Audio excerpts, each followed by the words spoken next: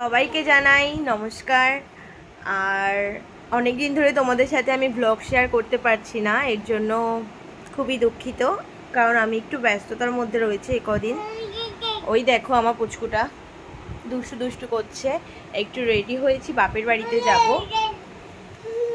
ওই দেখো গল্প করতে করতে তোমাদেরকে তো আমি ওয়েলকাম জানানোটাই ভুলে গেছি, সরি। তো হ্যালো এভরিওয়ান, কেমন আছো তোমরা সবাই? আশা করছি তোমরা সবাই ভালো আছো, আর তোমাদের ভালোবাসায় আমি, আমার পুতুল, আমরা সবাই ভালো আছি।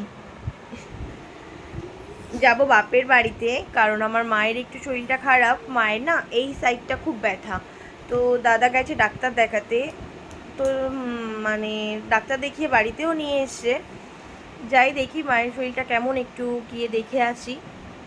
পুতুলের বাবা গেছে স্নান করতে, ওর বাবা আসুক তারপর আমরা বেরাবো। তোর বাড়িতে যাই, চলো গিয়ে তোমাদের সাথে একটু তখন শেয়ার করব ওখানে গিয়ে কি হচ্ছে কি না হচ্ছে। কেমন? ওই দেখো পুতুলি কথা বলে যাচ্ছে, কিছু বলো। কি কি কি কি দুষ্টু দুষ্টু করছো তুমি?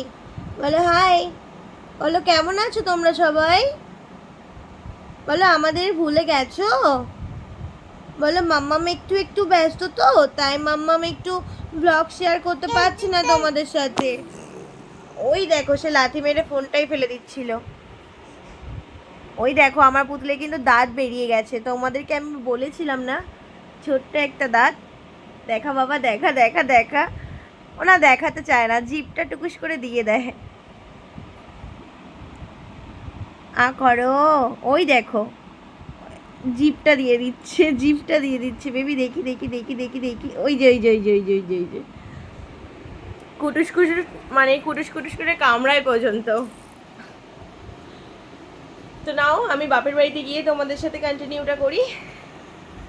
মা বলেছিলাম মায়ের শরীরটা খারাপ।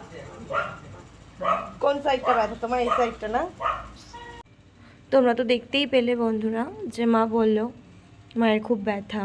ভগবানের কাছে আমি এটুকুই কামনা করি মায়ের ব্যথাটা যাতে খুব তাড়াতাড়ি ঠিক হয়ে যায়, কারণ বেচারি খুব কষ্ট পাচ্ছে। আর এইদিকে দেখো আমার দাদা আজকে একটা ফ্রিজ কিনে এনেছে, কারণ বাড়িতে যে ফ্রিজটা ছিল না সেটা নষ্ট হয়ে গেছে, বেশ ঠান্ডা হচ্ছিল না, এর জন্য।